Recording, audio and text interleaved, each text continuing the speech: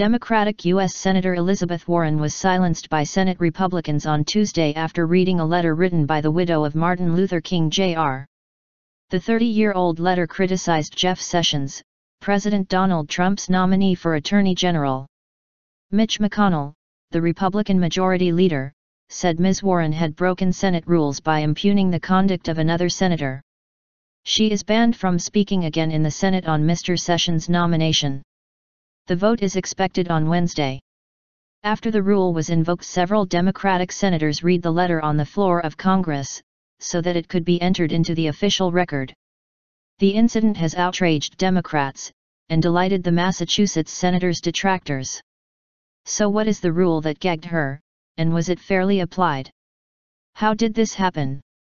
The incident occurred during a debate in the Senate on the nomination of Mr. Sessions to be America's top prosecutor. Elizabeth Warren started reading a 1986 letter by Coretta Scott King, written to oppose President Reagan's nomination of Mr. Sessions as a federal judge. Ms. Scott King's letter alleged that Mr. Sessions was unsuitable for that role because he had used the awesome powers of his office in a shabby attempt to intimidate and frighten elderly black voters. Ms. Warren also quoted the late Senator Ted Kennedy, who called Mr. Sessions a throwback to a shameful era. Mr. Sessions' nomination process has been dogged by allegations of racism. The Alabama senator has denied the allegations, and his supporters have pointed to his vote to extend the Voting Rights Act. Ms. Warren's reading was interrupted by the Senate's presiding officer, Republican Senator Steve Daines of Montana, who said she was breaking a rule that stops senators accusing each other of unbecoming conduct. Mr. McConnell, the Republican leader of the Senate, agreed. His objection to Ms. Warren's speech was put to a vote, and the chamber voted to silence Ms. Warren by 49 to 43. What is this rule? Under Rule 19, members of the Senate are not allowed to directly or indirectly, by any form of words, impute to another senator or to other senators any conduct or motive unworthy or unbecoming a senator.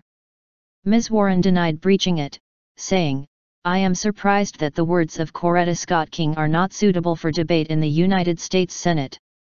I ask leave of the Senate to continue my remarks." However, the Republicans disagreed, and voted to silence her. Is the rule usually enforced? It depends who you ask.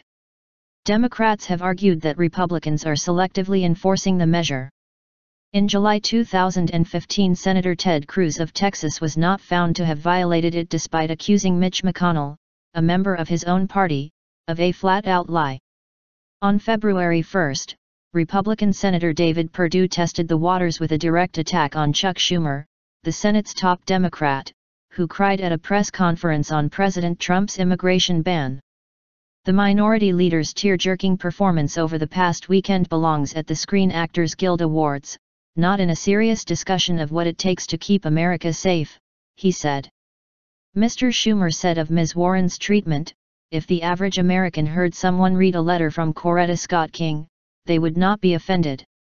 It seems to me that we could use Rule 19 almost every day on the floor of the Senate. This is selective enforcement." However, Mr. McConnell defended the decision after the vote, saying Ms. Warren had been given a warning. Sen. Warren was giving a lengthy speech. She had appeared to violate the rule.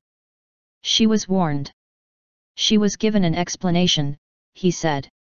Nevertheless, she persisted. What has been the reaction?